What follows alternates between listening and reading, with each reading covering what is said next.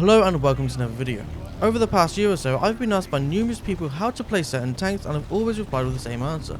But that's not because I'm lazy, it's because I have a playstyle that suits nearly every tank in the game. Whether it's the sluggish British tanks like the Churchill, or the rapid French mediums like the AMX M4, my playstyle works for all and I'm going to teach you how I play. Now this should be something that everybody does, but a lot of people don't, so I'm going to tell you why I suggest you don't do this. Every single tank in the game has a weak spot. Even the almighty mouse can be killed by a reserve tank if they know where to shoot. Now you may be asking, how do you avoid relying on your armour? Well, that's where the second rule comes into play. This rule is a thing so you never rely on your armour, because the best way to never rely on it is to not be shot in the first place. So whenever you shoot, move to a different location, because whenever you hit someone with a round, they get something on their screen which tells them the direction they've been hit. This will reveal your position more often than not.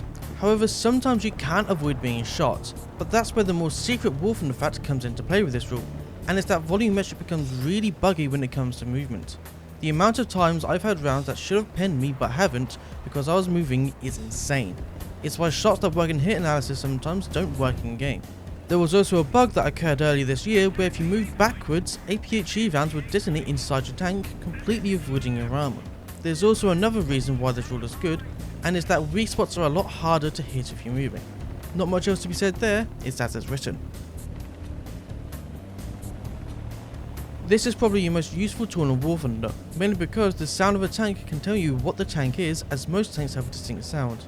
There are obviously some which share similar engine sounds or even the exact same, but even knowing what a sound could be can give you an edge over another player. I'm going to use this moment from a stream I did a couple of days ago that actually covers all three of these rules. So I've done extremely well in this match and have killed as many enemies as the rest of my team combined. And I've come across this tiger. He has just been shot by a tank which I cannot see. I went to go and help him, but that would require me to potentially get shot by this unknown tank. But I can hear the general direction of his tank and where he is because of it. And because of his engine noise, I know that he's an American light tank of sorts, most likely an M18 or M41. So instead of going directly towards the tiger to help him, I go around the building to take care of the tank. This is where I found the American light tank, which I guess I was hearing, and managed to take care of him with my final round. After this, I go to the tiger to help him repair, and I know it's completely safe to stop moving as I took care of all the nearby threats. So that is how I play the game, with a demonstration at the end. I believe I've covered everything, but if there's anything else you would like to know, then leave a comment and I'll see what I can do. With all that being said, I'll see you around.